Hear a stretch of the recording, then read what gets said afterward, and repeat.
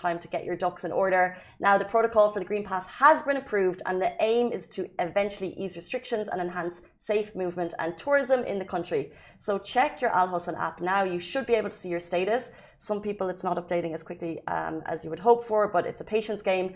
But the Al Hosn color coding system is now in effect and has been updated per the Green Pass protocol to reflect your vaccination status and the PCR test validity.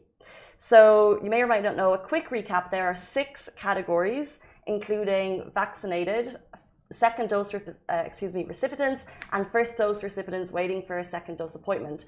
You can check the full rundown. We've already mentioned it on an article, we've talked about it on the live, but it's just worth noting, and also Al Hosn have a Twitter account, so if you want to check it there, it's worth noting what green status means. And it means if you've had your second dose within 28 days and you have a negative PCR test, that will give you green status for 30 days. So it'll be a constant PCR test turnover in Abu Dhabi. So vaccinated will not give you a tick on the green Al Hosn app. You also need to get a negative PCR every 30 days. And then it runs down and down and down. And if you don't have vaccination at all, this is the lowest rung of the 6 categories, then you will be required to get a PCR test with which has a validity of 3 days.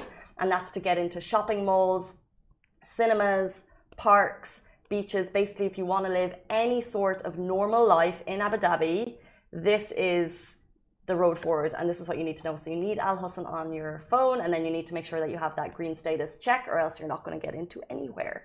True. I think the pandemic disruptions are just ongoing, and like with the rise of cases, some initiatives like this are essential to roll out to prevent another breakout or a third wave of COVID-19 taking over the country and then leading us to another lockdown or more restrictions. So this is just one thing they've put in place to allow us to lead a normal life.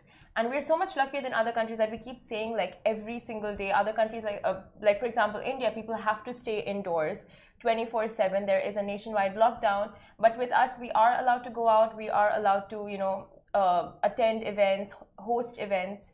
So this is just a precaution that's in place to prevent any sort of issues that can start with the easing of restrictions. And it's interesting, there was a week since the announcement and now it's coming into force. This is Abu Dhabi only, but in some cases we have seen rules in Abu Dhabi then seep through into other Emirates. So let's see where this leaves us. However, the question over tourists and their vaccination status, whether that's needed, we don't have the answer on that yet. However, you can be expected, you'll need to show, if you're not vaccinated and you're a tourist, you'll need to show a negative PCR test to get into all of these places. Yes.